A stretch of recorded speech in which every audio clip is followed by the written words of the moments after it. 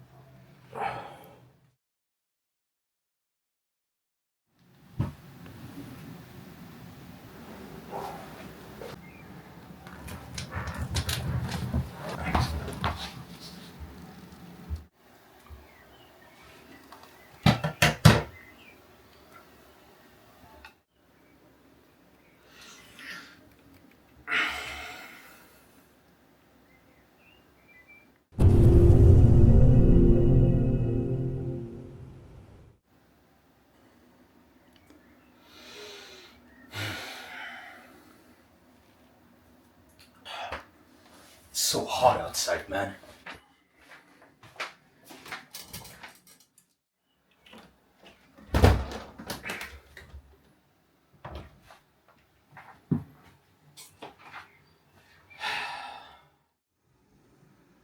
Huh. Yeah, that is much better.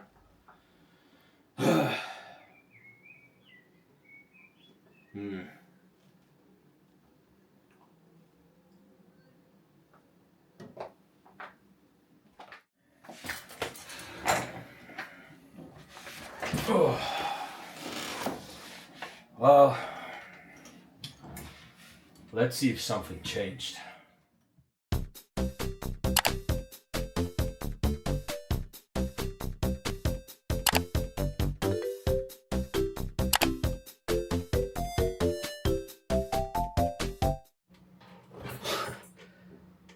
My channel is basically dead.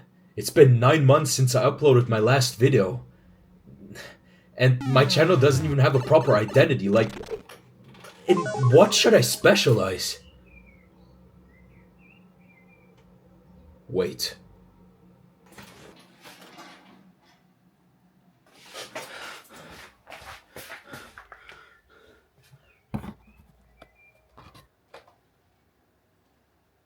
That's it.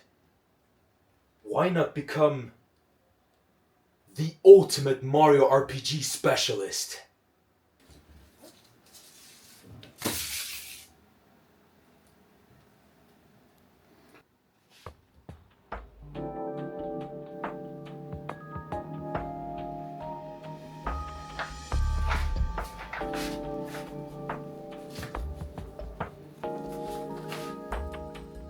Tumigata?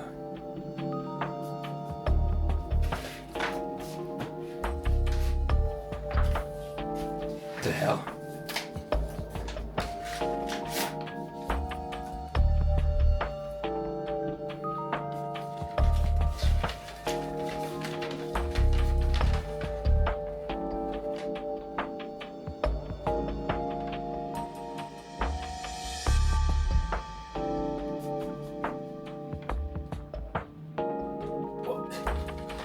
What the?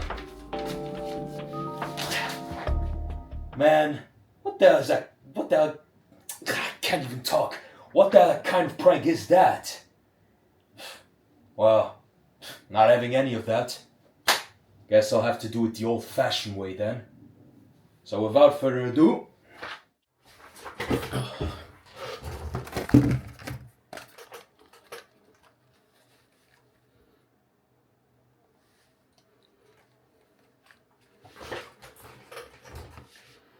Alright, if this is what you want, then fine. You're gonna get it. Okie dokie.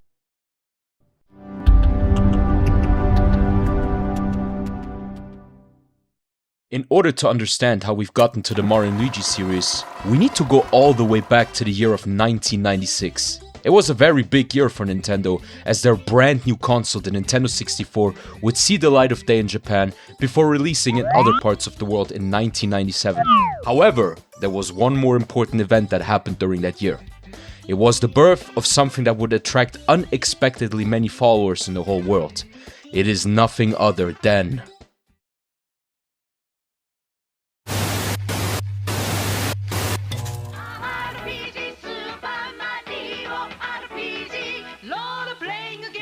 That's right, Super Mario RPG, Legend of the Seven Stars. It was actually Mario's very first outing on an RPG adventure. For those who don't know what I mean by that, it's an acronym and stands for role-playing game. It requires you to jump into the role of a character and go on adventures, meet people, fight monsters on the way, and become stronger by collecting, or for the most part, buy gear while enjoying an interesting plot. It is also common for such games to have side quests that revolve around the world, its characters, and its primary cast, of course. That, at least, is a common thumb rule in an RPG game, or in a story game in general, so to speak. Anyway, the game made a success worldwide when it sold 2.14 million copies in total, which is a very good number for a game that lets the plumber enter in a more niche genre of video games. After the game's release, Nintendo and Squaresoft were in a bit of a standoff with each other as the modern era of gaming at the time shifted from cartridges over to CD-ROMs, which Nintendo wasn't really fond of during that time period of 1995 to 1999. And so both companies ended their lasting cooperation, going both their separate ways, chasing down their own dreams and ambitions. Actually, it wasn't as dramatic as I made it sound like. At the same time though, this was also the era of when a new development team would rise, AlphaDream. It was originally a spin-off company from AlphaStar, a sort of staffing agency that dealt in construction work, also known as Mente, Tomo and Ai.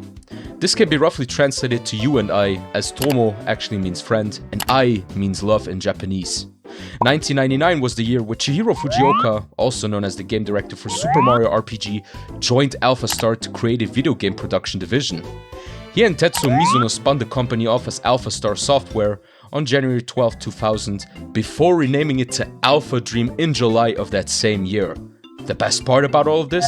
Several members who worked for AlphaDream actually came from Square, including Mizuno, who was Square's second president. Yoshihiko Maekawa is also another worthy mention, since he was also a game director at Square alongside Fujioka. He is also known for multiple other projects that later on saw the light of day. After all, his portfolio does speak for himself. Also, to throw in a little extra, did you know that the name AlphaDream means the first dream? It is actually a play on Final Fantasy, Square's most popular series? I didn't know about it either before I searched it up. AlphaDream was a small company that consisted of around 40 employees who worked on multiple projects. However, their main project was always the Mario and Luigi series. Unfortunately though, that only remained until October 1st, 2019, where they definitively filed for bankruptcy. They were indebted to a total of over 465 million yen as of March 2018, which was around the time where the Bowser's Inside Story remake for the Nintendo 3DS was announced during a Nintendo Direct. You could say it was the beginning of the end. Fortunately, it only took about 5 years for the series to rise from the ashes when Mario and Luigi Brothership got announced during yet another Nintendo Direct as the opener of this very issue of that serial broadcast. But alas, in order to not miss out on this epic saga, and in order to honor the hard and committing work of AlphaDream, I recommend you to like, share, and subscribe to my YouTube channel and to my upcoming videos and also this one in order to not miss out on this epic journey in me becoming the ultimate Mario RPG specialist. So, go ahead and do so. By the way, I also have a Twitter where I'm just tweeting stuff, Instagram where I upload some behind the scenes stuff, and of course a TikTok page where I upload skits, fun facts, and more about traditional Mario RPGs. Everything is in the description box below, so go check that out as well. But now, let's finally begin with the first game, Mario & Luigi Superstar Saga.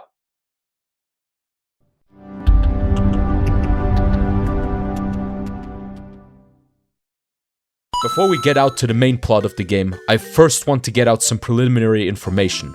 Mario & Luigi Superstar Saga is the first Mario & Luigi game to ever come out and start this huge legacy. It released on the Game Boy Advance and got several releases over the course of 2 whole decades. It was developed, who would have thought, by AlphaDream and sold 2.50 million copies, making a huge success that led to multiple other entries in the future. But what did the game offer for it to deserve its spotlight? We'll find out now.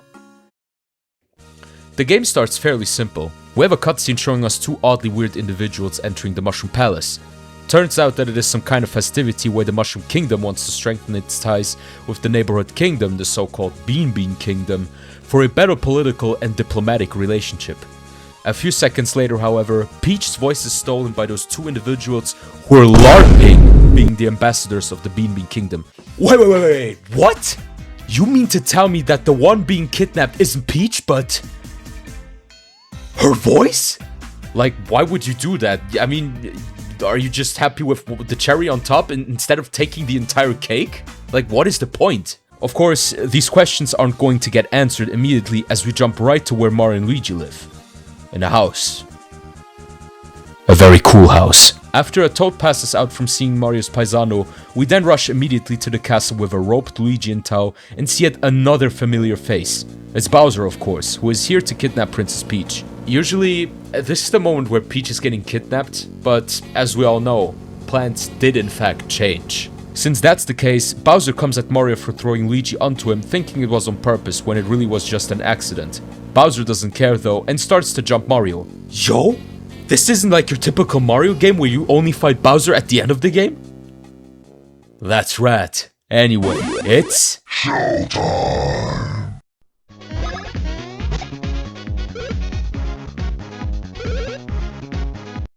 And that was quick. After defeating Bowser, he agrees for once to partake on a rescue mission with the Mario Bros for Peach's voice. After some dawdling, talking to people and collecting items, we then get to finally meet up at the infamous Koopa Jet alongside Bowser's minions. Oh, also the one guy I tricked by telling me that Bowser went this way. Honestly, I gotta say, while only being around for 10 minutes into the game, you can already tell how much love and details they put into these kind of interactions. It just makes these games having more substance and feel more alive.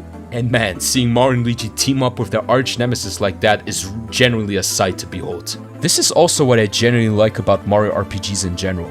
These games aren't afraid of breaking the typical stereotypes a Mario game lives with every time a new game of the mainline series releases. I'd actually see this as a nice change of pace that brings something new to the table and actually expands upon the Mario universe.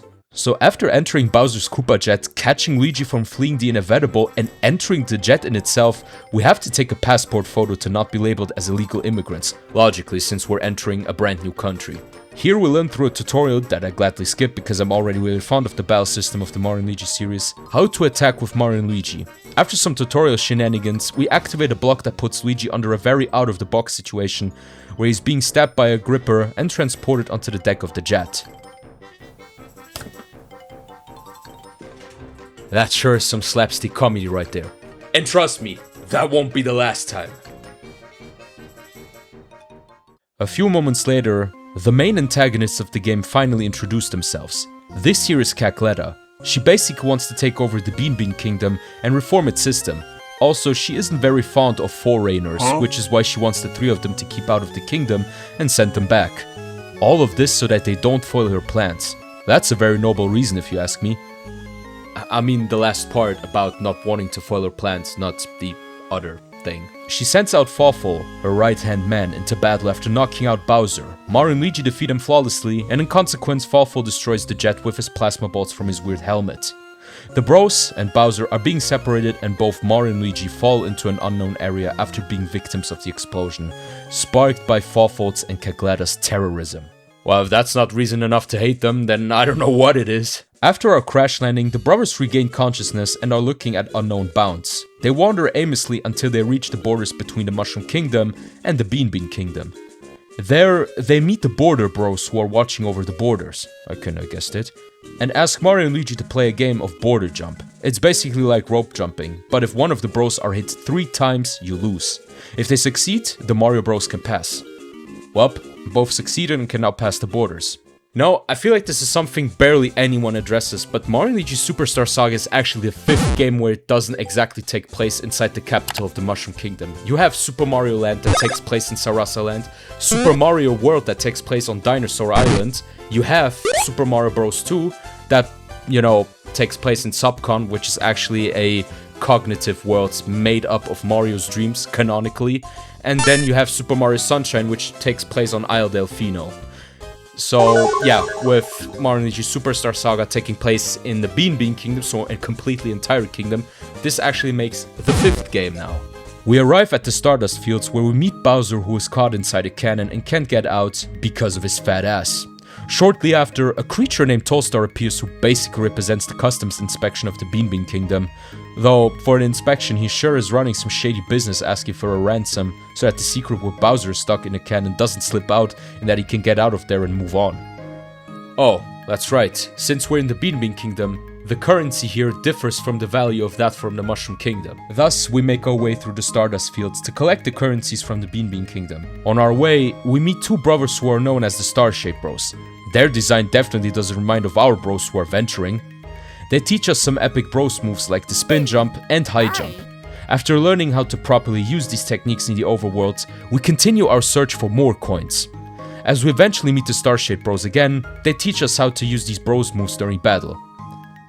This is probably my favorite type of special attacks in the entire Mario & Luigi series, because from Partisan Time onwards, we do have those bros items, and don't get me wrong, they are awesome. But Superstar Saga just set a huge standard for special attacks in the franchise in itself, you know, because the way how Mario and Luigi cooperate with each other to perform crazy moves like Splash Bros.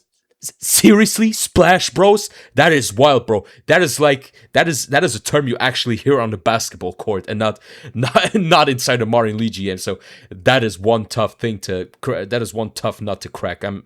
That is why I'm at a loss of words. I'm not gonna lie. By the way, a little reference that you can catch on to when playing the game. There is a sign that says Stardust Fields Area 64. This is an obvious reference to Area 51 and to the Nintendo 64 console from our real world. You know, combining 2 things and make them into some sort of a reference does hit the spot in a hilarious way sometimes. Moving on with the plot, after finding the needed 100 coins that are left, we give them to Tolstar. But plot twist! Tolstar only wanted to exploit us. Now he wants to get rid of us? Because we're not in the Mushroom Kingdom anymore? You know, this is an argument you could see on Twitter, but not expectedly in a Mario game. I knew something weird was going on with that shady business of his. I gotta ask him for advice. Despite Tolstar trying to overthrow us in a battle, the attempt was useless to begin with, as the bros are canonically broken and can't be beaten by anyone in the series at all. Next, the green Star-Shaped Bro appears out of nowhere and is mad about the ruckus we created. As a result, he ignites the cannon and catapults Bowser to wherever the hell he's being shot at. This is where the 3 of them part ways with each other. This means that Mario and Luigi are now on their own, looking for Peach's voice. Next up, Hoo-Hoo Village and its mountain. Arriving at Hoo-Hoo Village, prior to having us explain why we are here and that we're not the bad guys, we meet Fawful, who kills a guardian of the Bean Castle and puts a stone statue in our way. No, if that we can't find a way to get through. GG's, well played, have a good, of course not! Yep, you need to find an alternative way to get past that pillar, but how do we do that? Simple, we just look for the Hammerhead Bros. They're the smiths of the village. They would be able to forge some hammers for us, but under one condition. we need to bring them the mystical Hoo-Hoo blocks that can only be found on Hoo-Hoo Mountain. Which ultimately means... Yep. We gotta go fetch some. And honestly, that's a dope-ass mountain we're climbing. Not only does it profit from us using our newly learned techniques that we learned from the Starshape Bros, but it also allows us to use the environment to move on. For example, you need the high jump in order to create a tornado. By doing that, you need to fill Mario with water and jump on his head. I think that's a really creative way of using the core essence of a location to its fullest, as it causes you to think a bit out of the box, which is usually a thing in the Mario and Luigi series. The game in general has some awesome puzzles to be solved, and it even has some nice reference that we get to see throughout this playthrough. As we get halfway to the top of the mountain, we meet a very quirky statue called the Huhuros. It wants to test if we're up to the challenge of climbing the mountain. The test is split into two parts. The first one being us collecting 10 Hoo-Hoo spirits within 30 seconds, and the second one...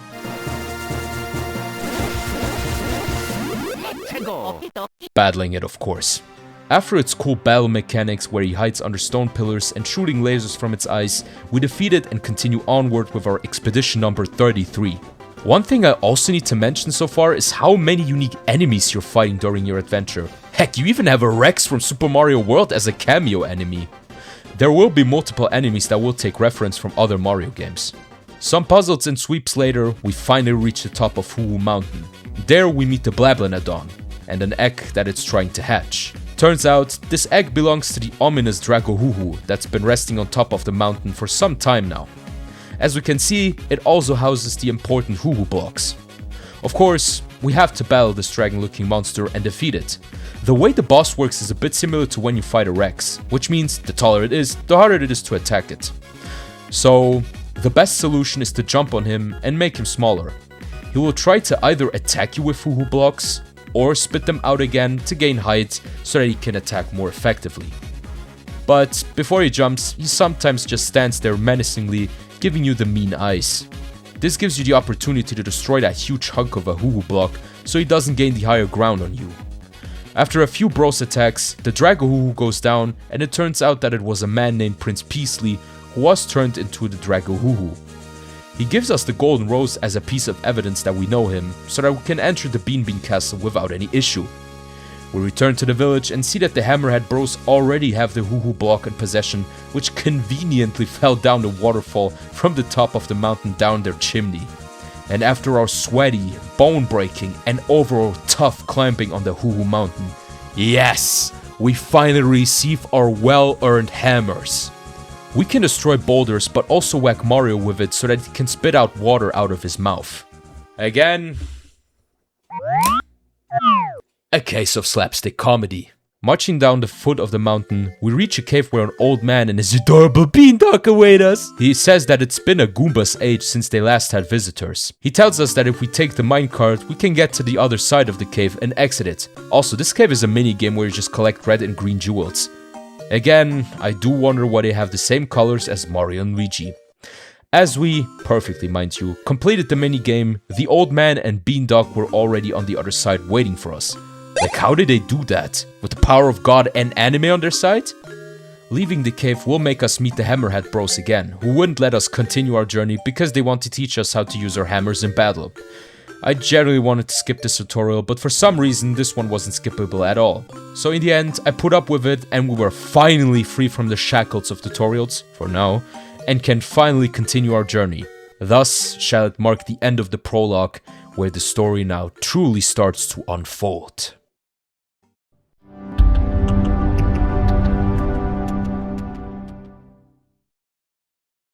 Leaving behind Hoo-Hoo Mountain, we're reaching the Bean Bean Fields where many funny looking enemies await us only for us to beat them to pulp. That's what we like! We finally reach Bean Bean Town only for us to see it being in complete shambles. Everything destroyed! The citizens dead! Okay, maybe just injured, but hey, we can still conveniently at least buy items and some equipment. So I guess that's a big dub. After seeing the apocalypse the town went through, we try to enter Bean Bean Castle. We, the foreign foot soldiers, are being stopped by some complete stupid guards. No, seriously, they are the most incompetent and idiotic guards I've ever seen. But I digress. By showing that golden rose to the guards that we've gotten from Peasley, we can finally enter the castle. It looks quite green, just like beans. Upon exploring the castle, we eventually meet a hooded elder woman called Lady Lima. Given the current situation, she doesn't want us loitering around inside the castle because we're apparently shady looking people, which is fair to be honest. As a result, she proceeds to send us down the sewers of the Bean Bean Castle.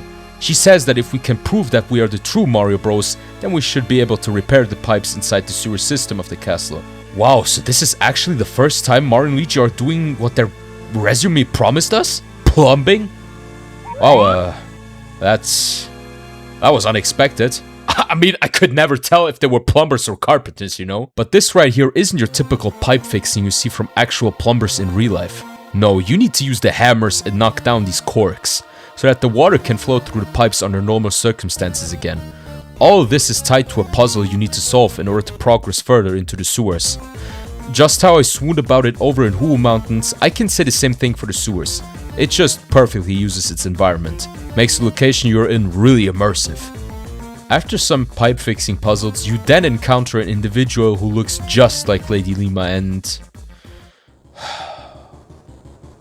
The Lady Lima we encountered upstairs was a fake, wasn't it? Dang it, it was Cacletta again. By the way, she was LARPing the same person twice, like, how can you make this up, gang? After saving the real Lady Lima and the servants of the castle, both Mario and Luigi climb up the stairs that lead to the room where the Beanstar was supposedly kept safe.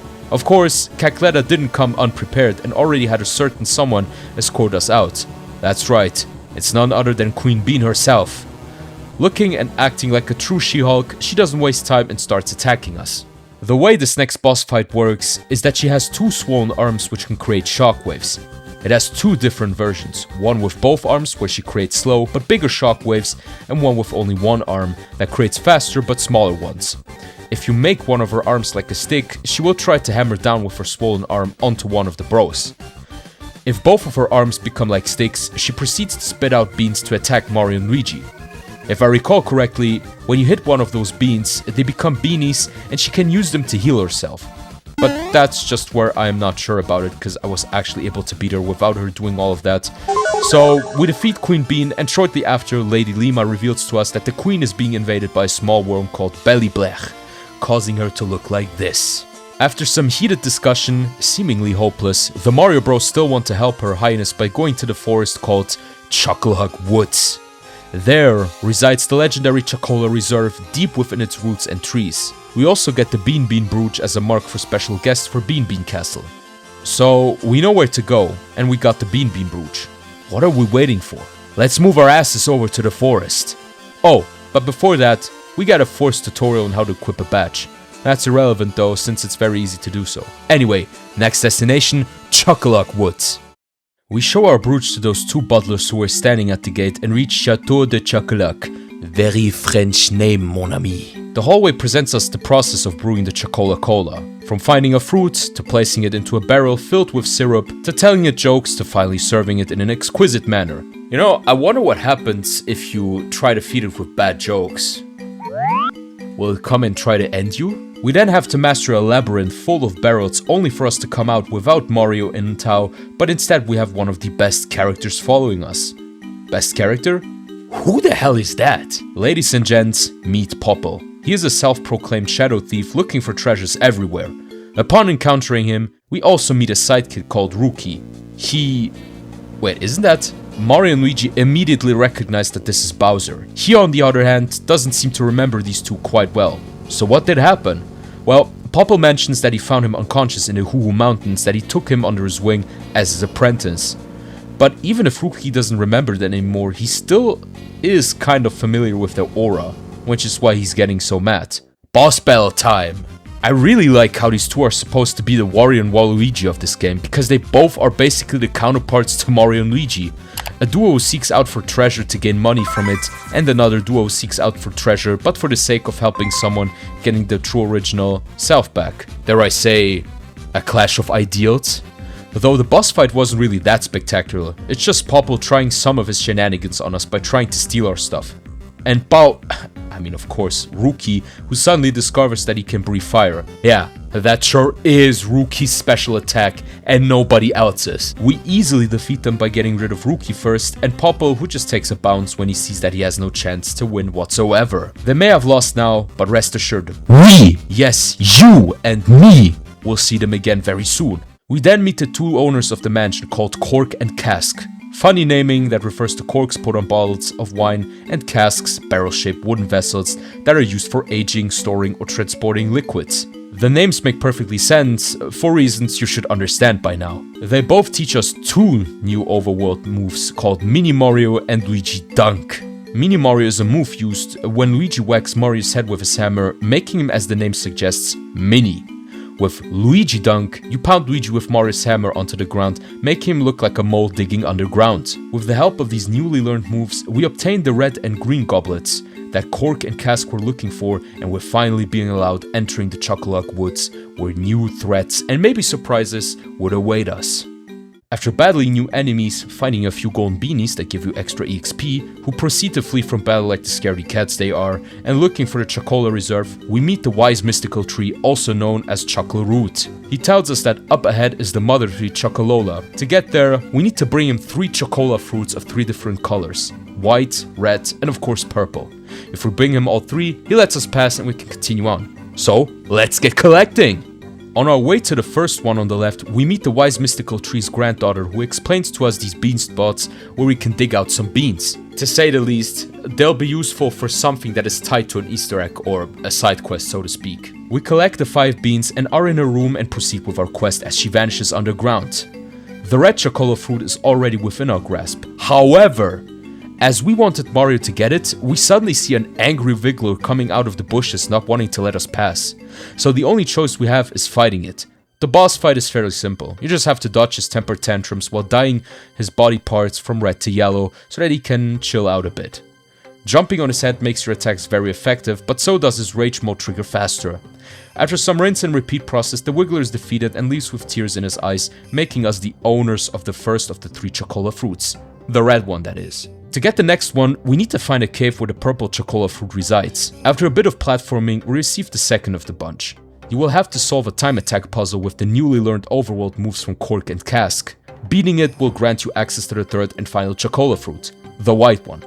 With all 3 Chocola fruits in tow, we go back to Chuckle Root, who will grant us permission to get to the Chocolola. But before we can enter, Popple and Rookie arrive. They may have lost now, but rest assured, we, yes, you and me, we'll see them again very soon. They both leave the bros in the dust and are heading for the Chocola Reserve. We, of course, are going to try and stop them. A bit deeper inside, we find a mysterious man in a suit that resembles a bean. He also seemed to mumble some bad joke, like I don't know what it is. He also owned a company called Chocola Cola Inc. He was feeding this beverage with jokes for over 1,000 years. So you tell me he's been living like this for 1,000 years. He's over 1,000 years old. Now that's some dedication. You know what? I'm just gonna go ahead and do the same thing like him. Oh, by the way, Popple and Rookie were caught in the act. Just wanted to throw that in, but it doesn't matter. Because honestly, who cares? And oh my god, it's happening! My worst fears became true. That's right. The Chocola Reserve will be our next boss battle. See, this fight wants you to use your hammer as much as possible. The reason for that is that in his normal state, you can't really do anything with jumps. So you have to attack with your hammers. And once you do that, you will get to fold him into a croissant. Gotta keep the French traditions alive, huh? He is the most vulnerable in this form. However, Bubbles feeds him with bad jokes so that he can heal. We finally defeat the Chocola Reserve, allowing us to bring it to Queen Bean. Bubbles is mad about how we easily defeated it and how his hard work was in total vain. It leads him to not wanting us to leave the way we came from. No, he's straight up trying to get rid of us by locking us up in a dungeon. This ensures that Mario and Luigi are separated forever. Well, not if Luigi can do something about it. He's trying to find a way to Mario. When he eventually did that, he reaches the barrel and juggles all the way down to the Bean Bean Castle. There, we deliver the Chocola Reserve and bring Queen Bean back to her former self. She then proceeds to drop some lore on the legendary Beanstar. It says that it's the protector of the Bean Bean Kingdom and has the power to grant any desire someone wishes. Due to its powers, it's being sealed away and put to sleep in a somewhat safer place. Oh yeah, we saw how that went well. The only way to wake it up from its slumber is to have a pure and kind voice. The only one having that kind of voice today is of course Princess Peach. So this is the reason why Cacletta stole her voice, huh? We gotta stop her. While it does sound like we're in trouble, Queen Bean is very confident about stopping Cacletta and her plans. So with that, she wants us to go meet Prince Peasley, who tells us where to go next. Thanks to his hard work on a secret mission, we know where Cacletta's whereabouts are. Southeast from the Bean Bean Castle is a building called Woohoo University. So this is where we're going next, huh? Guess that only means one thing. Next stop, Woohoo University. Yeah, you guys probably feel rage baited, and I'm sorry. Though there may not be much, you can now fully explore Bean Bean Town. Just like in your typical RPG manner, you have NPCs you can talk to, and some of them even have side quests for you to do. One of them asks you to find beanlets, puppy-like pets who are owned by the Bean Bean Kingdom inhabitants. As for the other one, the Beanstones. These are tied to some old ancient civilization called the Soybean. An old man wants to study them so that he can finally develop a hypothesis revolving around the existence of the ancient Soybean civilization, who are seemingly forgotten today. Those are some of the side quests you get in RPGs when people share their motives and backstory with you in order to give you an understanding of what's going on and if you can potentially help them. It is a common thing in these types of games after all. Last but not least, we cannot forget about him, of course. Who do I mean? Well, a guest character from a different series, of course, who makes an appearance, and it is none other than Professor Egat. He is a character that first appeared in Luigi's Mansion, which came out in 2001 as one of Nintendo GameCube's launch titles. He owns a bean coffee shop in this game, and is eager to try out many of the coffees brewed by different types of beans we find. And there you have it. The reason the beans are there is exactly because of that. If you give him a certain type of bean coffee, he will reward you with special items that might help you in battle, or that are just homages on other franchises. Pretty neat, but nothing that blows out of the water. Bean Bean Town overall is a fine and chill place, but there is not really much to do. Aside from side quests and maybe one of the 9 warp pipes that can be used when activated once. Right, there are 9 warp pipes across the entire map that you can find for fast traveling. Very practical if you ask me, especially when you want to backtrack in the late game. But now that we're done exploring Bean Bean Town, we can finally move on with the current plot. For real this time. Next stop, Woohoo University.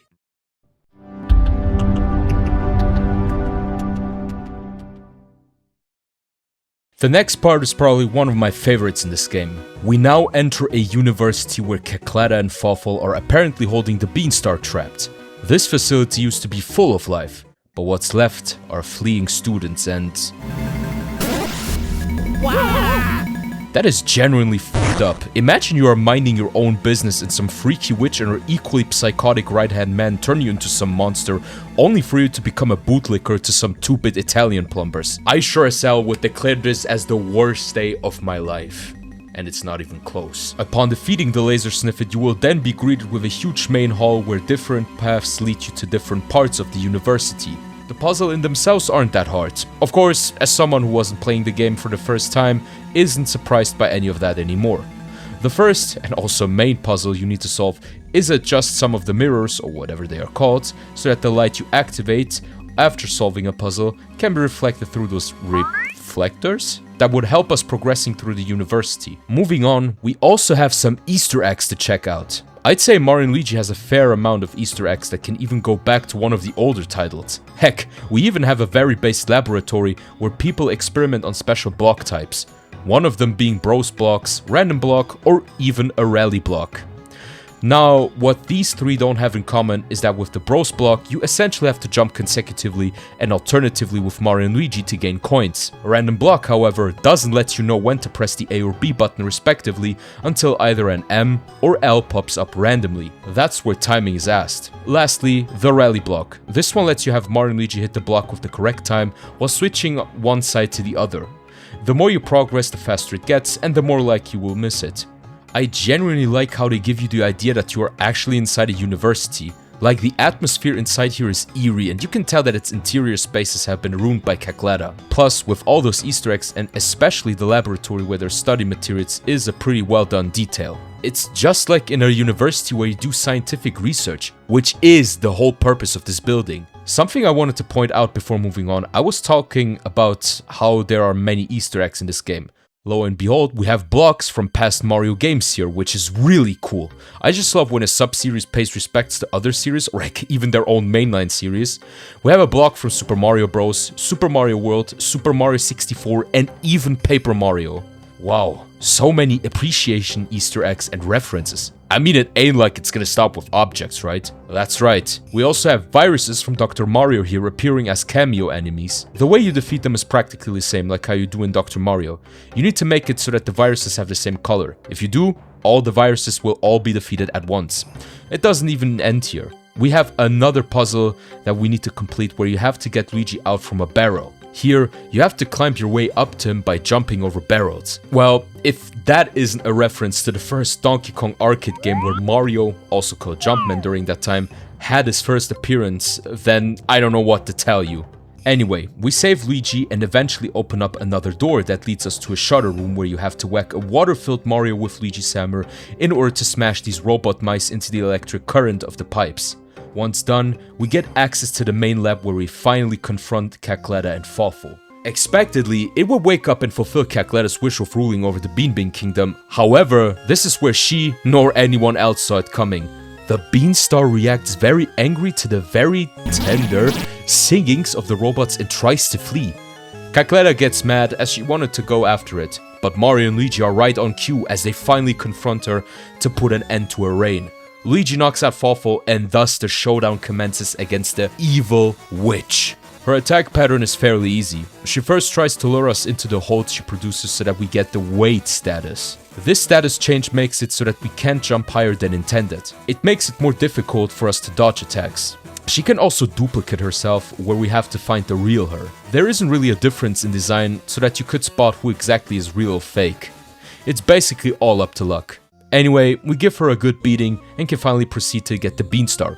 But a huge plot twist. Fawful absorbs Cackletta into his weird helmet and tries to get rid of Mario and Luigi. However, plot twist! Damn, so many plot twists in one go. Prince Peasley joins the fray and pokes holes at Fawful for trying to get rid of us and sends him flying to the next world. Well, now we got rid of both of them, we head down to the basement level where apparently the Beanstar has fled. Some enemies and a few puzzles later, we finally reach the room where the Beanstar is hiding. But boy oh boy, of course it won't be easy to claim it. The one obstacle we need to overcome are Popple and Rookie.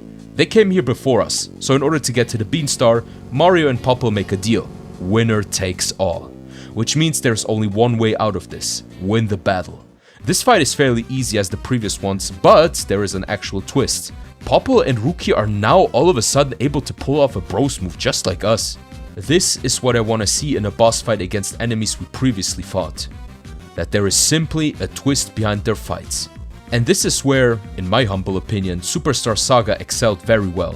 Everything else though stayed the same and we defeat them without any big issues.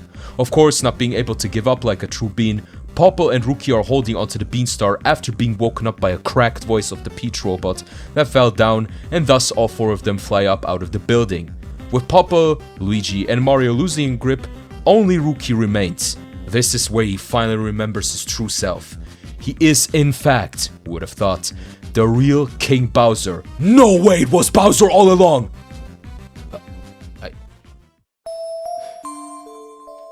I'm baffled. Like, what were the odds? He, however, also loses grip eventually, and the Beanstar is split into 4 pieces.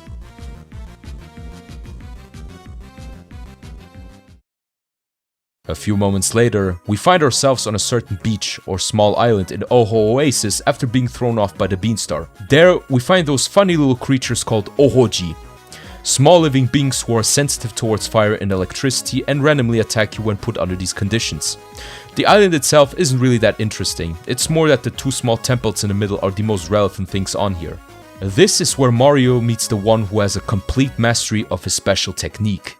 Apparently he's been waiting for 3,000 years to pass his technique to someone capable of handling his powers. Well, wouldn't you know, of course it had to be Mario. So we learned a brand new technique, the Fire Brand. The same can be applied to the Thunder Palace where Luigi learns about the Thunder Brand. This of course means that we can use both these techniques in battle. These techniques are another reason why I think that the Superstar Saga battle mechanics are the very best of the series. Speaking of, if we use these techniques on the respective Ohojis, we can incite them into becoming more aggressive. Though they are easily beatable, it goes to show that the random radio we saw outside didn't just talk BS for no reason. Also, maybe some of you have or haven't noticed, but these two Brandmasters kinda resemble Brighton and Twila from Mario Party 6. Of course, each of them is a complete different character and have nothing in common at all. But yeah, I thought I would just put it out there, you know, in case someone cares about it. I mean, probably not. But I digress, because we are now going underwater. Entering through the yellow pipe allows us to be underwater and look for a way back to the mainland. Just like most places, the seabed of our oasis has a mysterious yet anxious tone. The music especially underscores that fact. Just listen to it really quick.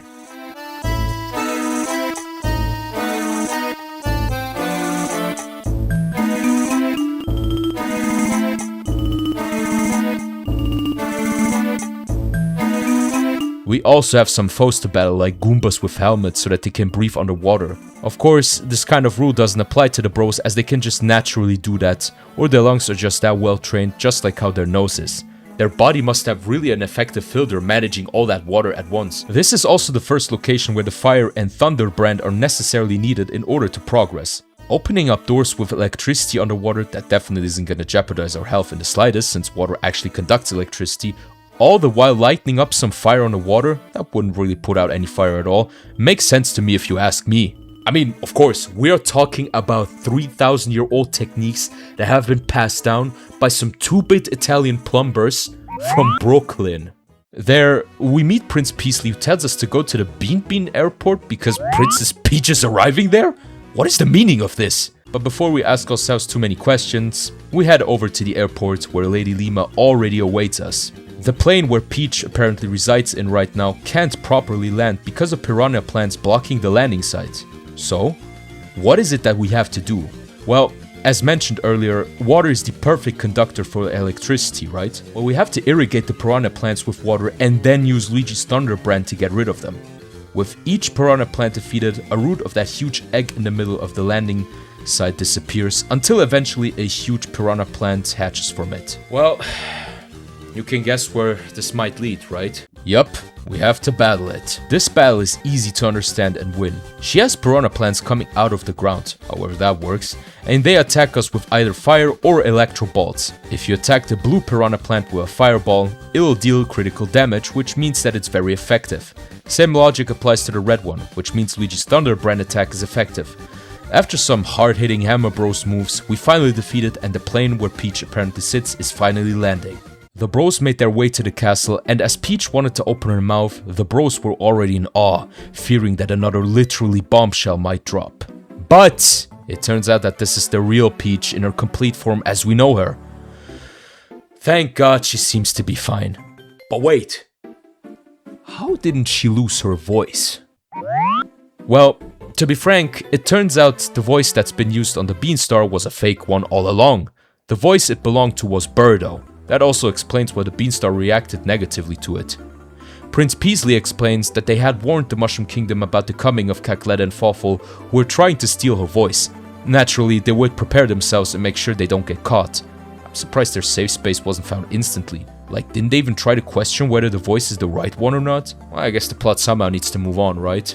Then again, you can't really make sure if the voice is correct because you don't have an extractor for the voice and you can't do it, at the place, you know. But honestly, I'm glad they kind of went with it because my God, is it hard to find coherent writing in some of the games out there. Because I don't know why, like, they be making shit up just for it to not make sense at the end. And I think Superstar Saga did a great job on that one. Anyway, back to the Bean Bean Castle. We have a small audience with Queen Bean, who tells Peach that there is a small mushroom town called Little Fungy Town.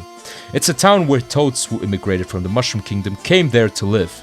Since Peach is already here for a vacation, she wants to visit this town. But before she can actually reach Little Fungy Town, she has to go through the filled with vile monsters, Teehee Valley. Toadsworth would usually be opposed against the idea, but if the bros can escort her, there should be no issue. Of course, our favorite brothers agree, aside for Luigi for some reason. So our next stop is Teehee Valley, but for that, we need upgrades for our hammers first, which is why we visit the Hammerhead bros east from Bean Bean Town, who are ready to give us some brand new upgrades. Thus, we can finally enter Teehee Valley with our newly upgraded hammers. Let's get to skull cracking. Once we enter the valley, we meet Peach and Toadsworth. While we are heading for a little Fungy town, Toadsworth is being worried about Peach's well-being. And rightly so, because here in this case, Peach can be kidnapped by some enemies if she leaves our screen. In order for us to see what it would look like, she needs to be mandatorily kidnapped once. This right here is basically just a tutorial. So we do save her here and make sure that she won't be caught again. But from here on out, it's all up to us. This section's honestly my least favorite, even if it's not that hard. But just because of the fact I need to take care of Peach, solve puzzles, and make sure she goes to the right direction, and defeat enemies, doesn't make it better. Alas, after finally reaching the end of Teehee Valley, Peach is being attacked by a monster who goes by the name Trunkle. Y'all know the procedure, it's boss battle time, and time for a little analysis on how he works. So you see his big arms? Yeah, he can create rolling stones and throw them at you. Also, depending on how he throws them, they can change trajectory. Pretty unpredictable, unless you have the eyes of a hawk. If you dealt enough damage, he'll split into 4 smaller versions of himself. You have to find the right one in order to defeat him. Once you did that, the rest is history. Defeating him gives us finally access to little Fungy town. Here, however, things might not go the way the bros and the princess had planned. Upon arriving, we are being guided by the same toads who've been in hiding from Trunkle down the valley. Peach went ahead with them, and Mario and Luigi could finally take a more detailed look at the town. Honestly, in itself, it isn't really that special aside from a minigame that will be story relevant and an Easter egg you will soon get to see. It's mostly like every town. You have your shops where you can buy items, equipment, and people you can talk to. Some of them even mention a special mushroom that you can win at their local arcade. Oh boy, we have to take a look at that. No sooner said than done, we enter the arcade and here we can win an Invinci shroom. Man, that sounds delish. We proceed to choose an arcade machine and play the Star Stash Smash. And would you look at that? Who do we have here? It's Gino from Super Mario RPG! Well, because of Square's and Nintendo's not so healthy relationship during that era, they of course had the rights to Gino, since he isn't actually a Nintendo character. Gino, in fact, is a Square character, which is why AlphaDream had to buy the rights to Gino, and why he was able to get into the game in this shape and form. Pretty cool of Square, now called Square Enix, to give Gino one more appearance outside of Super Mario RPG, even if it is just as an Easter egg. Back to topic though. Here we have to balance a board where multiple items are gonna fall down. A mushroom, fire flower, and a star. Occasionally bob-bombs too. If we are able to beat the high score of 200, we will get the prize. As we did it, Mario and Luigi received the ominous Invinci shroom. I mean, it already looks very edible, so what could go wrong?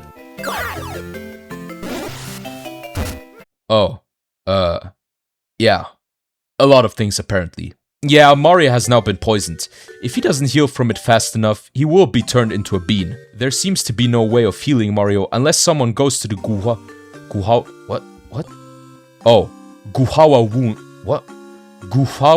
ruins to find the antidote to Mario's illness. The only one who can really do that though is none other than Luigi. At first, he generally wants to go and look for it, since he doesn't want a bean brother and wants to help him. When the doctor explained that there are monsters, such as this weird boulder, reside there, Luigi immediately starts to shit his pants and now doesn't want to go because he's too scared. Peach tries to encourage him but fails miserably. Yet, Luigi still gives himself a nudge, barely, and leaves the hospital to look for the antidote. Now, we only get to play as Luigi where he only crouches. Bro, get this man a toilet. That ass wipe is gonna be generational.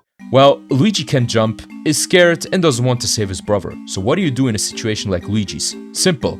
You seek therapy. And I'm not kidding, by the way. In order to get Luigi gain confidence, he needs to actually seek the infamous hypnotist, who is apparently able to change a person completely. Luigi meets a Magic Koopa, who is in fact the hypnotist that can change other people by enchanting spells on them. He casts spells on Luigi, making him think he's just like Mario. As a matter of fact, he says that Luigi is Mario. And thus Mario finally gained his true self and is now ready to take on the Guhawa ruins. The what? The Guhawa ruins. Upon hiking through a part of Teehee Valley to get to our destination, we finally reach the ominous Guhawa ruins. I hate that name. We have to solve a small puzzle by hammering some energy balls onto that statue 10 times. When successful, you can hammer down that big red button and the door to the runes opens itself. It feels kind of like a dungeon in The Legend of Zelda. At least that's the kind of vibe I got when playing through this dungeon again. Just like an old-fashioned Zelda manner, not really fitting, but the context can be applied here. You defeat enemies and solve puzzles in order to progress. There was one particular puzzle that stood out, and it was the one where you have to push certain buttons in certain combinations so that you can elevate or lower the platforms. It was fairly easy, nothing really blown out of the park.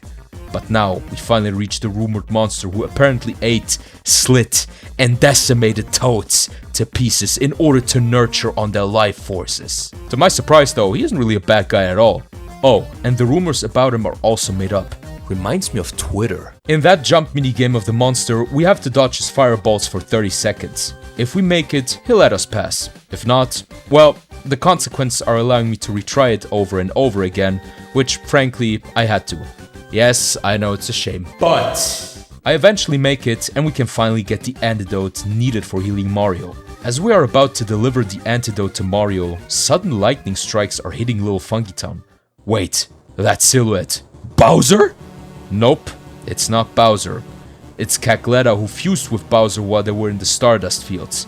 So this is where Fawful and Bowser landed after the crashing party inside Wuhu University. Anyway, she goes by the name of Boletta now and kidnaps Peach to some far-off place. Luigi quickly goes to the hospital and finally heals him. Thus are the bros finally together again. Back inside Bean Bean Castle, we're having a reunion with Queen Bean, Lady Lima, Toadsworth, and Prince Peasley. Lady Lima transmits us a message of Boletta, who issues an ultimatum to us. She wants us to find the 4 Beanstar pieces that split up after our battle against Popple and Rookie. In return, she will give us the princess back. There is one problem though. If we don't get the pieces for her, she will not give her back to us. Secondly, we don't even know where they exactly are.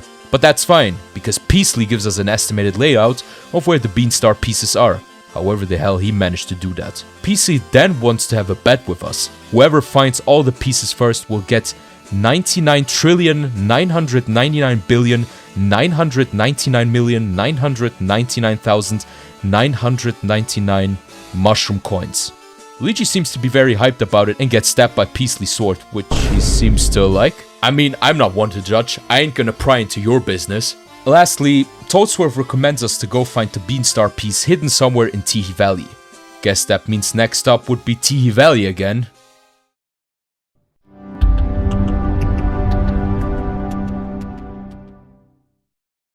Heeding Toadsworth's advice, we head straight to Teehee Valley where we find a huge ship that is stuck inside a wall and can't move because of no water flowing under the ship. When boarding the ship, we discover the first Beanstar piece necessary for our collection. Let's grab it!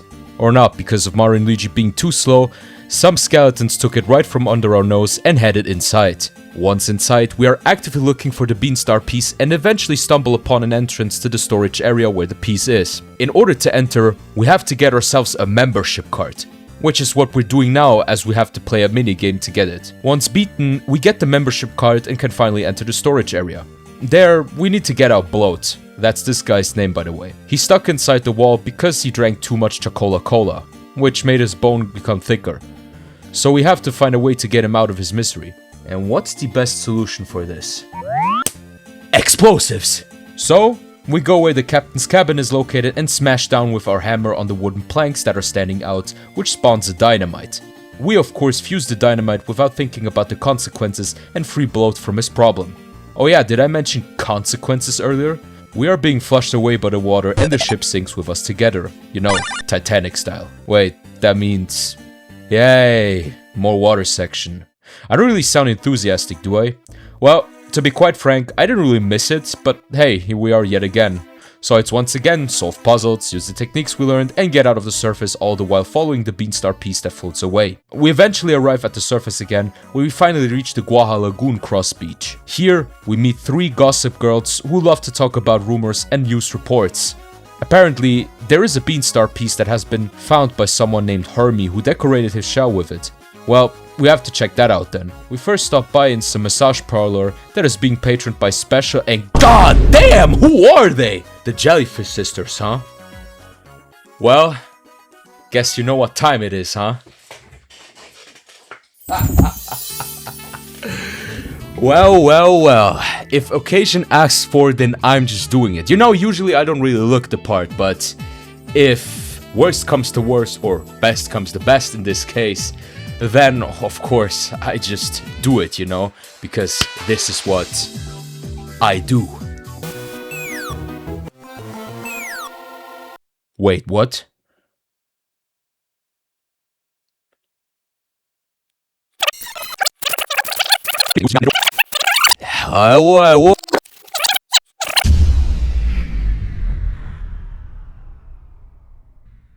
Yeah, they aren't here to satisfy us, unfortunately. Instead, we get to learn some new overworld moves once again. With Mario's Firebrand, we can now move faster in a certain direction, as if we're letting a bolt charge straight at us. The other technique, the Thunderbrand, gets to paralyze the person in front so that we can move slower but precise. Also, we can move backwards. Once learned, we need to bring the Jellyfish Sisters red and green bean pearls. That kinda reminds me when we had to find red and green goblets for Cork and Cask. Good times. But after we found the 2 bean pearls in their respective colors, we can finally continue with our journey. You know, I usually would try to talk about the environments of the game a bit more, but honestly, it is just a beach-themed location that has not really anything special going for it. Aside from the relaxation part where, you know, go to the massage parlor and... But yeah, it's mostly just solving puzzles, defeating brand new enemies with cool unique attack patterns, and just a very chill vibe overall. Oh, and the music in this area is really a huge banger. I personally caught myself humming to it while playing through that section. This is something you could say about the OST of Superstar Saga in general. Yoko Shimomura is the composer of all the Mario and Luigi games, aside from Brothership. And I mean, she composed for thousands of games already in the past, even for games you wouldn't expect her to do. I consider her to be the GOAT of the composers, if I'm not gonna lie. Maybe also because I'm a bit biased towards Mario and Luigi, because she produced many, you know, good OSTs for that game, and since I mostly grew up with the Mario and Luigi games when it comes to her composing for, you know, specific games. But hey, I do not want to discredit other works. She also composed many bangers for other games in her whole career so far. Anyway, after solving the puzzle, a stone plate bridge appears and we finally get to meet the infamous Hermit of the Guaja Lagoon. He looks so proud of his Beanstar. How about I just steal the show by letting these fangirls lagoon over Mario and Luigi, huh?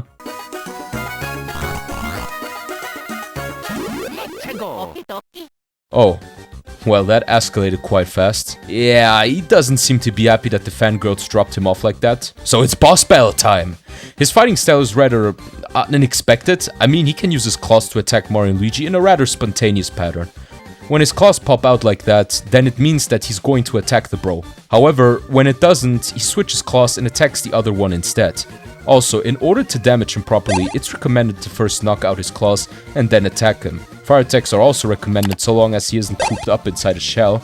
And, well, that's pretty much it for the boss fight. We win, he whines about his loss, and the fangirls apologize to him for ignoring him in the first place. Plus, we tell them that we need the Beanstar piece ASAP. Without being reluctant about it and showing understanding to our purpose, we finally receive our first Beanstar piece and can move on with our search. Man, overall the first quest for the Beanstar pieces was quite fun, even if it took a lot of time. But honestly, this game has probably the best pacing out of all the Mario and Luigi games. I mean, it takes you around 14 to 18 hours tops to beat it overall. I know old games, especially Mario, were never that long. Aside from maybe the mainline games, but even then they didn't take hundreds of hours to be beaten. With that in mind, let's continue with the second Beanstar piece. And this one is probably one of my favorite ones, or my favorite one in this entire game, because it is tied to a very cool subplot. North of the Bean Castle, we arrive at a theater. Here we meet a moron who doesn't want us here, and the owner of this very theater and president of the Yoshi fan club. Unlike his apprentice, or whatever role he's supposed to fill in, the owner sees this otherwise and welcomes us with open arms. To the bro's surprise, he is the legendary soda maker Bubbles' brother. His name is Bottle, and he built this theater out of love for Yoshis. As you would do in a kind manner, we ask if he could give us the Beanstar piece that is attached to that board behind him. He reluctantly agrees, but under the condition to look for something that could easily replace it. Thus, he asks of us to gather 7 neon eggs that can only be produced by Yoshis. For that, we need to find specific fruits called the bean fruits, just like how the old man from the theater mentioned it. Thus, we embark on an adventure and... Whoa there! Are you not gonna talk about the theater in itself? You know, one of the most prominent and most beloved places in the entire game. Right, my bad. Yeah, I think this location is probably my second favorite out of all of them in this game. I mean, just look how many Easter eggs there are, which are starring many different games. There's even an NPC who says, coming soon, the action blockbuster Mario and Luigi. Like, they are treating these gaming franchises like movies, and it just fits so perfectly well in this environment. I mean, it's even funny how AlphaDream was able to use the fourth breaking wall this smart. That is just genius Easter egg design. And yes, I will glaze AlphaDream for minor things like this. I don't care what you have to say. Aside from that though, we also have WarioWare, Kirby, heck, even Starfy is present. Sorry, I mean Staffy. Gotta be careful with copyright. Okay, but enough dawdling. We are headed for the bean fruits. The first one we find is beyond the bridge where the ship of these skeletons from Teehee Valley took off. It's been eaten by a piranha bean and now we have to beat it up. This fight is probably the most tedious fight in the entire game. It's not even a hard fight, it's just that this plant takes so few damage even if you attack effectively with Luigi's Thunderbrand. I know there is definitely a way to deal more damage, but this fight in general is really just a test of patience. His attack pattern is easy. He spits firebolts at you that you need to dodge perfectly. Depending on where he stands, he can spit them out faster. He also seems to be spitting out something, or rather someone, who looks a bit like Prince Peasley. After this egregious fight, we defeat the piranha plant, and the person this plant actually gobbled down was in fact Prince Peasley. We revert him back to his original state, and he gives us as thanks our first bean fruit. We go our separate ways, and the search continues. Okay, so to progress a bit faster, I decided to just show footages of you on where these bean fruits are, because honestly, you just go look for them, and most of them are only hidden in underground, so they aren't really like, you know, the first one we just covered, where it's tied to a battle or something, you know, so you will just see a few cuts and yeah, that would be pretty much it. Also because I think some of you would just turn off the video and I can't have that. You need to stay near the end of the video.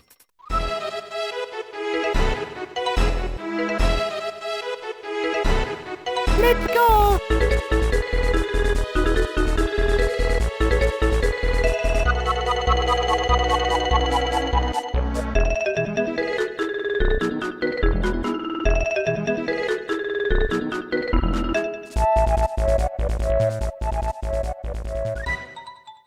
After gathering all the bean fruits, we return to the theater and feed these to the Yoshis. Each one of them gives us a glowing neon egg and we deliver them to Bottle. He hangs them up and in return gives us the Beanstar piece, making it the second one in our collection. Let's go! Halfway done! Next up are the two quickest pieces that you can get. The third one can be found in Harhout's studio, which is south from Bean Bean Castle. He's currently looking for Splart assistants who can make designs for his clothes. So all we have to do is follow his instructions and design the clothes the way he wants them to look like. To quickly explain how this works, we need to hit the correct flying bob-bombs to get the correct color and pattern down. Some require to be combined and some need the signal treatment. It's fairly easy to understand, but the execution can be very annoying, not necessarily hard. Our first assignment is to color the cloth red with any pattern we want. The second one has to be purple with polka dot pattern. And the last one needs to have brown color and a star pattern. We complete this minigame and the owner gives us the next Beanstar piece, which makes it number 3. Only one more left. The last one can be found inside Chuckling Woods. This time, we enter the realm of the Winkles. It's a little place where a small tribe of snails live. They may be small and weak, but they hold on to the tradition like they have to put their life on the line for it. Very admirable little fellas, really. The Winkle Coliseum that entails a minigame called Chocola Bounce is the pride and joy of these funny creatures. If you want to get acknowledged by them, you have to win that minigame. So here we are. The goal of this minigame is to repel those energy balls that these things spit back at them to gain points. There's also a small snail on the bottom of the screen. If it reaches the other side of the screen, we lose. So we have to gather 20 points in order to win. However, if the bros get hit, the snail on the bottom of the screen will go faster, which means that we lose time before hitting a new high score. This game isn't that difficult though. Once finished, you get the Winkle card. It's a token that lets the Winkles acknowledge you. This means that we can finally enter the area that's been guarded by that one Winkle. And who do we find here? It's our good old buddy Popple. Since Bowser is now out of the picture, Popple is all on his own now. Despite us cornering him, he challenges us to a battle, which we easily win, since he didn't pose any challenge at all. We defeat him and finally get the last piece of the Beanstar, which only means one thing.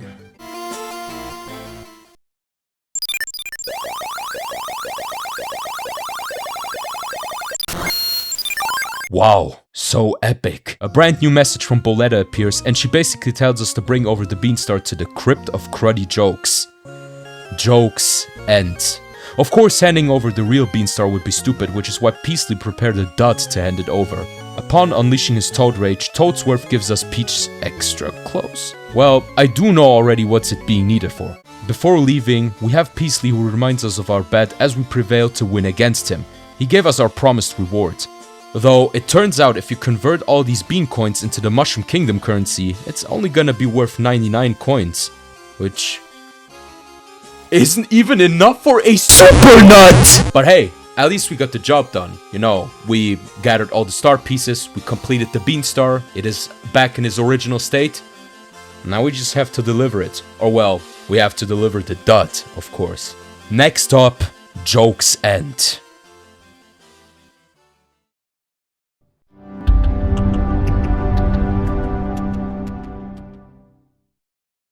Before we continue with our quest, we first need to visit the Hammerhead Bros, again as they have another upgrade for our hammers, thus receiving the Ultra Hammers. Pretty awesome since we need those. But in order for the bros to even reach Jokes End, we need to surf over the Oasis waters. So Luigi, it's time to turn into a surfboard and get us over to Jokes End. You see that right there? Now that's peak Mario and Luigi humor. The waters are very wide-ranging, as you can even explore small islands that contain items or even mini-games you can participate in. But these aren't the main focus right now. Once we reach Jokes End, we are being greeted with a bunch of black rocks to which we can crush them with our Ultra Hammers. Once done, we finally reach the stairs to Cruddiness. Jokes End. Here we meet a girl named Jojora. We ask her if she knows about Peach and Boletta. She doesn't know though and lets us proceed inside the temple. She, however, strictly highlighted that getting through here won't be nearly as easy as what you're used to.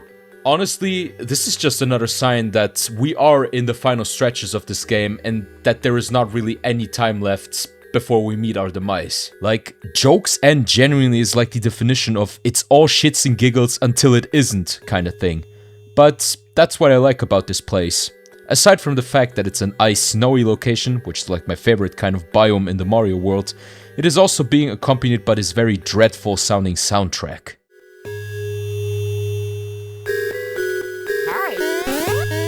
Man, just listening to it makes me shiver.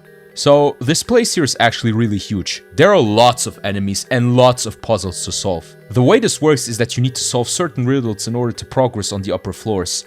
Here, you need to bring the stew to a boil, as it will eventually create a whirlwind where you can use the spin jump and get over on the platform of the other side. I'm honestly fascinated how these different rooms are designed and how they complement each other to where it makes sense for them to coexist. Heck, all of these rooms are connected to that one puzzle you need to solve in order for you to prevail. This is an important design factor you just need to look out for when you develop games like these.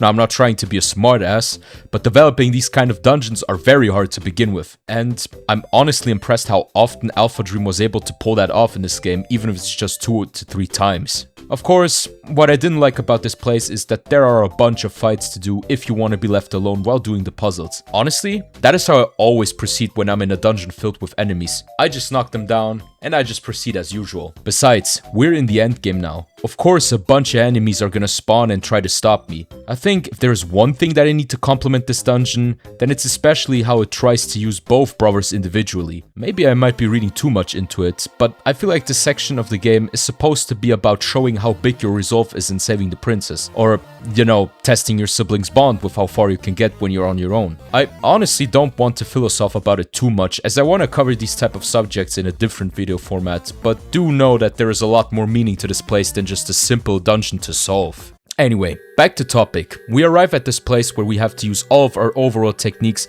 that we learned during our journey in order to proceed. Sometimes Jojora would come and mock us in any way possible. However, the bros stay stoic like the Giga Chats they are, and we eventually reach the top of Jokes End. Here, we meet up in a warm and cozy room with Jojora and one of her friends to our tea party. We then get to decide who we want to call. Chucklissa is like the most canon answer you could give. While she looks a bit on the rough side, she seems to be very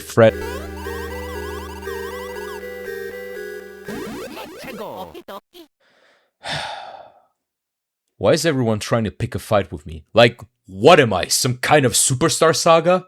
Jokes aside though, Chucklissa is a force to be reckoned with. Also ignore Jojora, she's useless in this fight.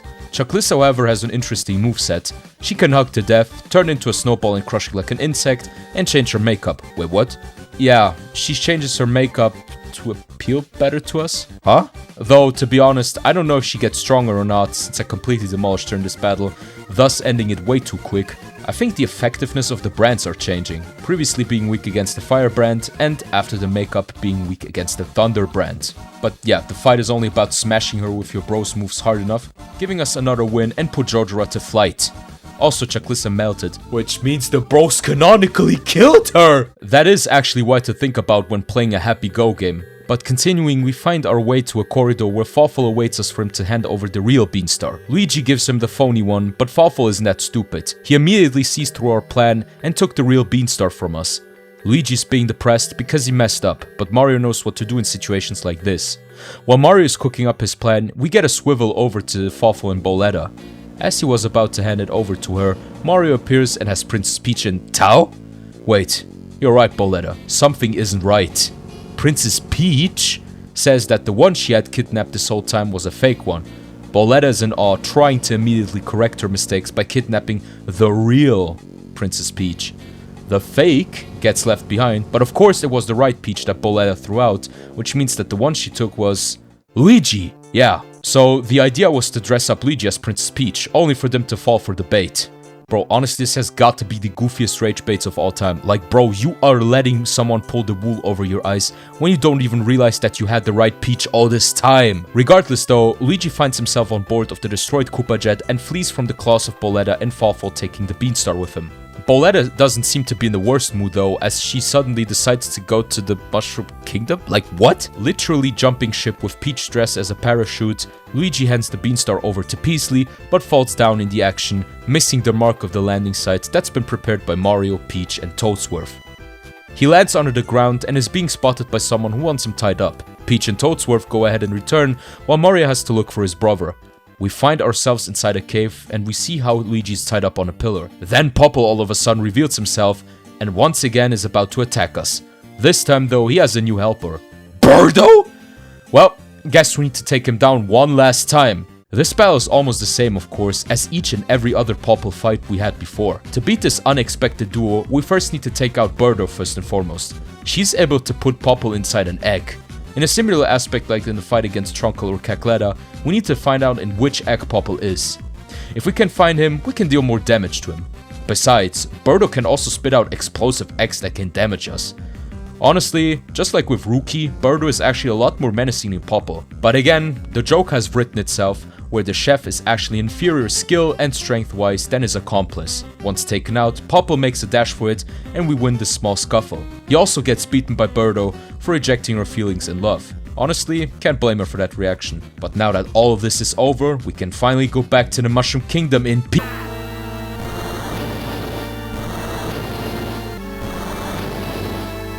Well, maybe optimism isn't always an option. So, once again, the town has been attacked by none other than Boletta and Fawful, who took over Bowser's castle this time to attack us directly. But there isn't just bad news. Peach and Toadsworth were evacuated to Little Fungy Town, and since long-time experiences always pay off, the bros can handle Bowser's castle like they always did in the past.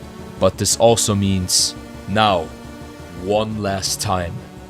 Next up, Bowser's castle.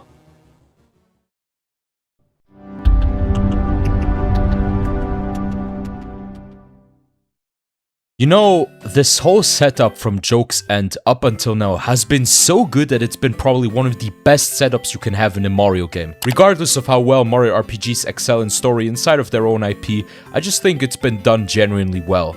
It's been kept so simple, yet here we are being crazy about how we are about to go up and beat Boletta and Fawful once and for all. The question is though, how do we get up? Well, the Blablanodon is a huge help here. With him, we can finally fly up to the castle and put an end to this. We then get hit by a cutscene of Boletta and Fawful sending out the Koopalings. Yes, the Koopalings, all 7 of them. They had their first appearance in Super Mario Bros. 3, and aside from there, and even Super Mario World, which by the way, their designs are literally inspired by SMW, Not only that, but some of their minigames are also Easter eggs from Worlds. Like for example, Wendy's minigame where you have to hit her when she shows her head outside of the pipe is literally a reference to her boss fight from Super Mario World, but one after another. The way this final dungeon is built is that we need to enter each of the Koopalings rooms and solve some of their puzzles, doing some platforming and defeat a bunch of Bowser's minions. We then enter the room where they are hidden away and have to solve their respective challenges. Iggy's challenge is to get him with our controls being twisted. The next one is being Morton, where we need to dodge his shockwaves. Pretty easy. Next up is Lemmy. He's shadow cloning himself. This means we have to find the right one. And no, there are no visual differences in each of these doppelgangers, so you have to completely guess. Though, correct me if I'm completely wrong if there is actually one. Number 4 is Ludwig, and here we just need to dodge him until he's had enough and wants to throw a tantrum at us for beating him at his own little game. The 5th one is Roy. Yeah, that one is a bit different, because you first hit the bros block and then you need to leave his room because he just disappears, only for him to reappear outside of his room and try to beat us there. The 6th one in Tao is Wendy. As she hides inside the pipes, we need to separate the bros from each other and hit her on the right and left, so that we can corner her in the back. Finally Larry. He basically just plays tennis with us until he's had enough. As you can see, they are all unique in their own ways, and for the longest time I actually thought they would have had their first appearance in Mario Luigi Paper Jam inside this franchise, but no, it was actually in Superstar Saga. What I love about their implementation in this game is how fitting their behavior is. Iggy and Lemmy being the crazier ones, Morton and Roy being the brutes of the bunch, while Ludwig is the smartest one and Larry and Wendy being more or less athletes or the technicians. It's crazy how subtle but pretty much lore accurate it is. I mean, it's even reflected in her battle styles, which just strengthens my point.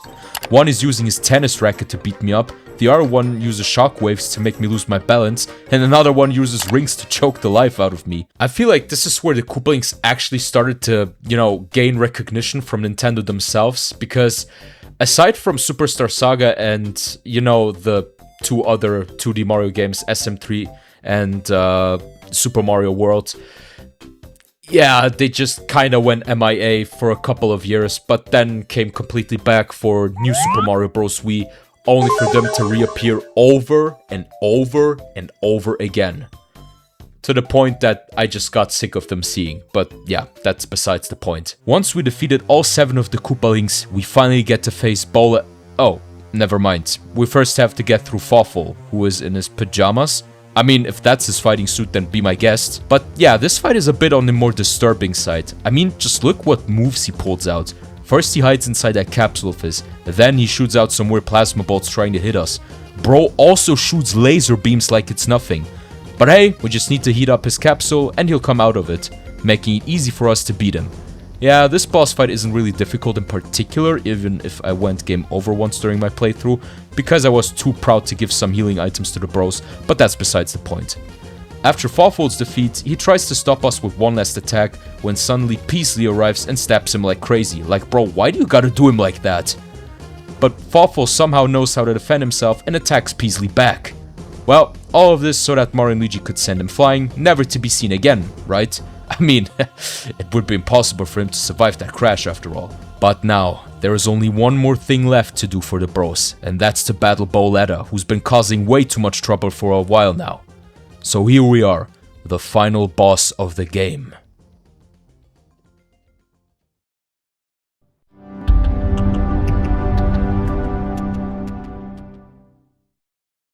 After beating around the bush for so many hours, after leading many battles on foreign grounds, we finally reached the pinnacle of the game. The final battle against Boletta. The battle itself isn't really hard. The only moves she's got are huge fireballs that she can use for healing herself or attacking the Mario Bros by spitting directly at them. She can also send comets flying our way, which we have to hit depending on which color rains down. When a red comet comes down, Mario needs to strike. If it's green, that's Luigi's cue. When we have purple ones, then you don't do anything, since they're flukes. Honestly, while this battle isn't on par with other final bosses of other franchises outside of Nintendo, I gotta say this final battle just screams the end of the world. I mean, just look at the background. Because she lit the whole throne room with her fiery powers before the battle, the whole room is now under hot temperature and it makes the battle way more heated. Paired with the beautifully well-crafted OST that's running in the background, dare I say it's one of the best Nintendo final bosses ever made? I think Mario RPG final bosses should generally be up for debate when it comes to epic showdowns in Nintendo games, but that's just my honest impression I have of them. Anyway, the craziest part has yet to come, as when we finally presumably taken down Boletta. She surprises us with that countdown bop bump, and she knocks the bros out of their socks, sucking them inside of her belly. So yeah, turns out that was just phase 1, and the true final boss resides inside her belly, Cacletta's soul. Ladies and fellas, man, welcome to the Mario and Luigi series, because this right here is the most Mario and Luigi thing AlphaDream could have ever done. The final bosses of the Mario and Luigi games are probably one of the hardest Nintendo bosses you will ever meet. Well, that at least counts for the first 2 games, but since this is one of the 2 occasions, the hardest part of this fight is literally the beginning. Because you see, you usually don't get to attack in the first round as soon as phase 2 starts. Lastly, you start the battle with 1 measly HP, making it a normal player's biggest nightmare, since you then have to redo the entire first part of the battle just to get to the second phase if you end up going game over, which honestly sucks. But in all honesty, the battle isn't hard. I know, I said that many times, but if you got your attack patterns down and heal regularly, you should be good to go. I know, basic knowledge in terms of RPG combating, but this method is especially essential for this fight, since many people, including me actually, underestimate Mario bosses because we aren't used to this kind of difficulty in a Mario game. But here I am, glazing Mario RPGs for giving newer players the wow effect and actually challenging them for once. Though, admittedly, this specific part is kinda unfair and also very annoying, but once you're out there, the battle starts for real and you can heal yourself. So the second phase contains many, and I mean many attack patterns to memorize. They aren't difficult to understand, they're more like a bit heavier to dodge. To summarize what she can do, basically things like stopping time or regenerating very quick. She can also do smaller attacks like throwing out some electroplasma for Mario and Luigi to strike it back with their hammers. She can also throw a kind of Genki Dama at Mario or Luigi. But the most annoying attacks for me are definitely the arm swings, because she can level her swings whenever she wants, making it unpredictable sometimes whether to jump or not. Oh, and before you ask, yes, I know that you can see when she levels them and when she doesn't. You just simply need to look at her eyes and you're good to go. But to notice that as a blind player firsthand is kinda impossible, unless you pay very good attention to the attack patterns. This fight overall just turns into a test of time later on, and you will eventually be able to finally defeat her and put a rest on her attempted reign and corruption. The Mario Bros eventually beat the evil witch Cacletta and destroy her soul, making her disappear forever. This also turns Bowser back into his normal state. Peasley arrives and tells us that he clear-mined the castle, which will blow up in 3 minutes. Aight bro, you didn't have anything better to do than that? Okay then, yeah, let's just flee I guess.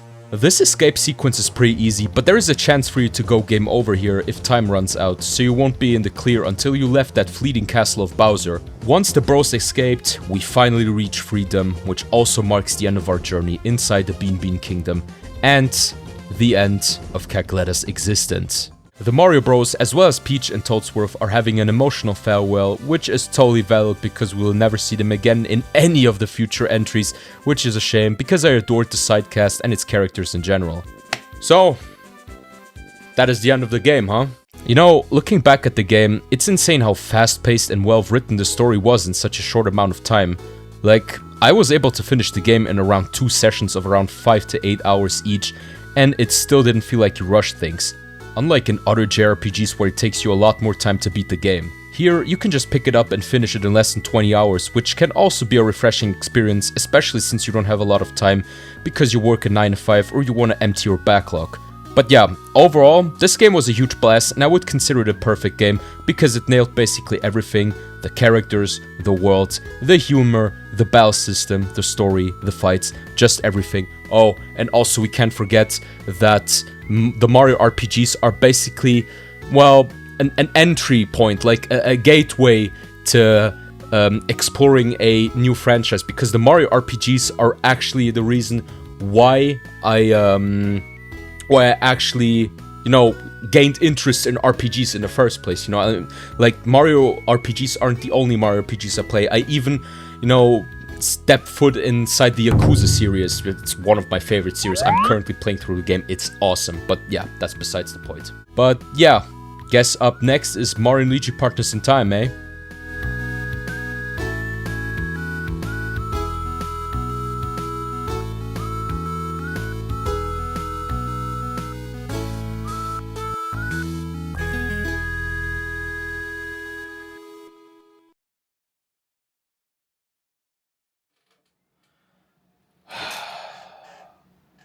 Yep, that's reps.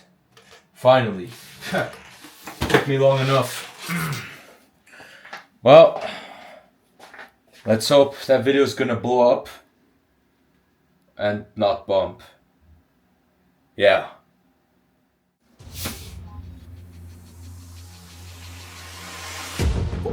Another letter?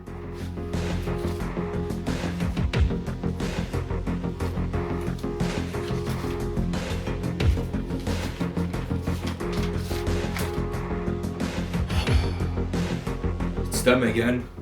Alright, what does it say?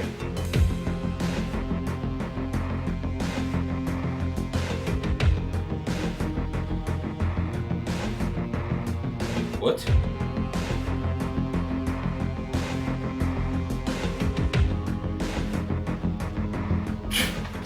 That's some bullshit. As if I'm gonna believe in that guy. Oh well.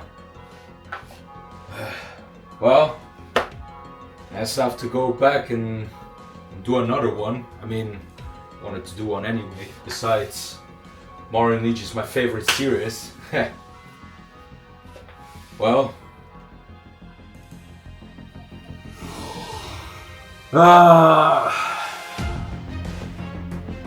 Oh man.